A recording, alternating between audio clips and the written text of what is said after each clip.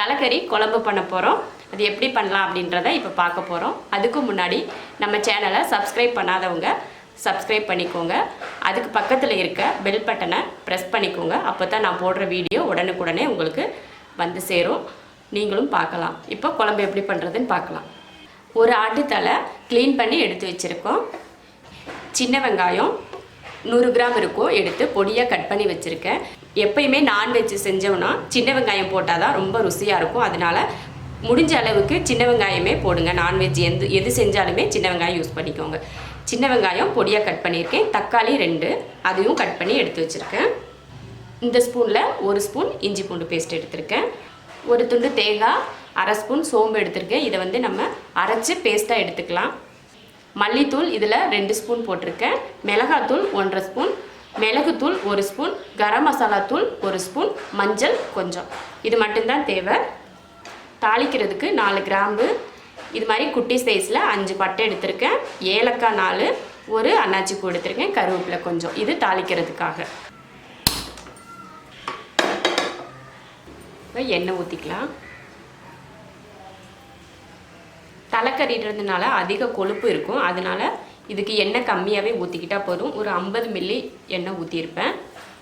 எண்ணெய் காஞ்சிருச்சு. அதில் பட்டை, கிராம்பு, ஏலக்காய், அன்னாச்சி பூ சேர்த்துக்கலாம். பட்டை கிராம்பு வந்து பொரிஞ்சிருச்சு. கருவேப்பிலை சேர்த்துக்கலாம். அடுத்து வெங்காயம்,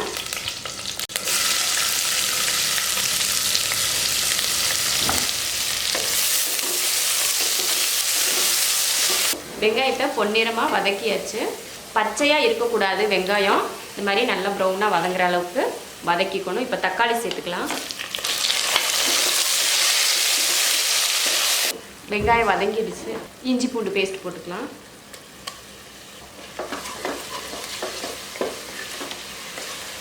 இஞ்சி பூண்டோட பச்சை வாடை போயிடுச்சு. அடுத்து மிளகாத்தூள், மல்லித்தூள், கரம் மசாலா தூள், மிளகுத்தூள் சேர்த்துக்கலாம்.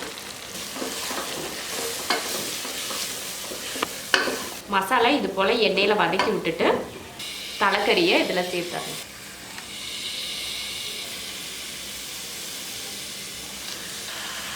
உப்பு தேவையான அளவுக்கு சேர்த்துக்கலாம்.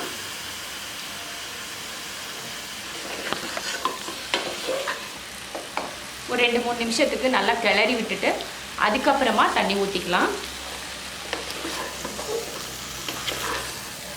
நல்லா ஒரு 2 நிமிஷம் 3 நிமிஷத்துக்கு நல்லா கலந்து விட்டாச்சு. அப்போ தான் நல்லா கறியில் மசாலா பிடிக்கும், அதுக்காக. இப்போ தண்ணி சேர்த்துக்கலாம்.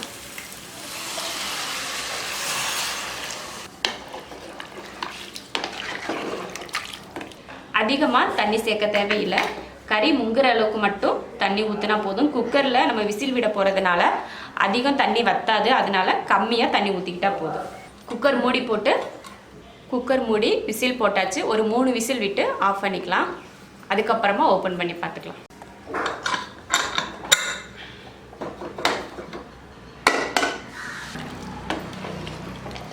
குக்கரில் விசில் விட்டதால் தண்ணியாக தான் இருக்கும் குழம்பு. நம்ம இனிமேல் தான் கொதிக்க வைக்கணும். இது அப்படியேவும் சாப்பிட்றதுக்கு எடுத்துக்கிட்டால் நல்லா இருக்காது. அதனால் மறுபடியும் அடுப்பை ஆன் பண்ணி கொதிக்க வைக்கலாம். அடுப்பை ஆன் பண்ணியாச்சு.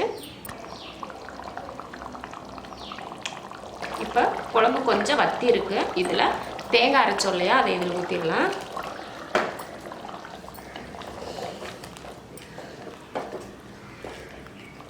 தேங்காய் ஊற்றியாச்சு. தேங்காய் அரைச்ச தண்ணி கழுவியும் ஊற்றியாச்சு. அவ்வளோதான். இதுக்கு மேலே நம்ம தண்ணி ஊற்ற தேவையில்லை. இப்போ மூடி வச்சு ஒரு 3 நிமிஷம் வரைக்கும் நல்லா வேக வச்சுட்டு அதுக்கப்புறமா ஆஃப் பண்ணிக்கலாம். இப்போ மூடி வச்சிடலாம். சும்மா தான் மூடுறேன், விசிலெல்லாம் போடலை. இப்போ 3 நிமிஷத்தில் நல்லா வெந்துருச்சு. நல்லா குழம்பு கெட்டி சேர்ந்துருச்சு. இப்போது தலைக்கறி ரெடி ஆயிடுச்சு. இதுக்கு மேலே கொஞ்சம் தாளித்து ஊற்றலாம். தாளித்து ஊற்றினோம்னா மனம் சூப்பராக இருக்கும், அதனால் கொஞ்சம் தாளித்து ஊற்றிக்கலாம். இப்போ மாற்றி வச்சுக்கலாம்.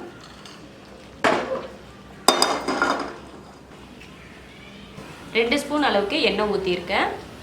தாளிக்கிறதுக்காக 2 ஏலக்காய், 2 கிராம்பு, குட்டி பட்டை 3, ஒரு அன்னாச்சி பூ எடுத்துருக்கேன். எண்ணெய் காஞ்சிருச்சு. இப்போ இதில் சேர்த்துக்கலாம். அடுத்து கருவேப்பிலையும் சேர்த்துக்கலாம். அவ்வளோதான். அடுப்பை ஆஃப் பண்ணிக்கலாம். இப்போ தலைக்கறியெலாம் ஊற்றியாச்சு. தாளித்து ஊற்றுனதுமே மூடி வச்சிடணும். இல்லைன்னா அந்த தாளித்து ஊற்றின மனம் வந்து வெளியில் போயிடுச்சுன்னா அந்த மனம் வந்து குழம்புல தெரியாது. அதனால மூடி வச்சுட்டு கொஞ்சம் நேரத்தில் ஒரு 2 நிமிஷம் கழித்து ஓப்பன் பண்ணிக்கலாம். இப்போது தாளித்து ஊற்றி மூடி வச்சு இறக்கி வச்சாச்சு. தலைக்கறி ரெடி ஆயிடுச்சு. இது சாப்பாடு, சப்பாத்தி, பரோட்டா இதுக்கெல்லாம் ரொம்ப நல்லாயிருக்கும் சாப்பிட்றதுக்கு. அப்புறம் குழந்தை பிறந்த அம்மாக்கள் வந்து தலைக்கறி சாப்பிட்றது ரொம்ப நல்லது. அப்போ குழந்தைக்கு வந்து தலை சீக்கிரம் நிற்கும்னு சொல்லுவாங்க. அது மாதிரி அப்படி இருக்கிறவங்களுக்கும் செஞ்சு கொடுத்தீங்கன்னா ரொம்ப நல்லது. பிடிச்சிருந்தா ஷேர் பண்ணிவிட்டு சேனலை சப்ஸ்கிரைப் பண்ணுங்கள். நன்றி.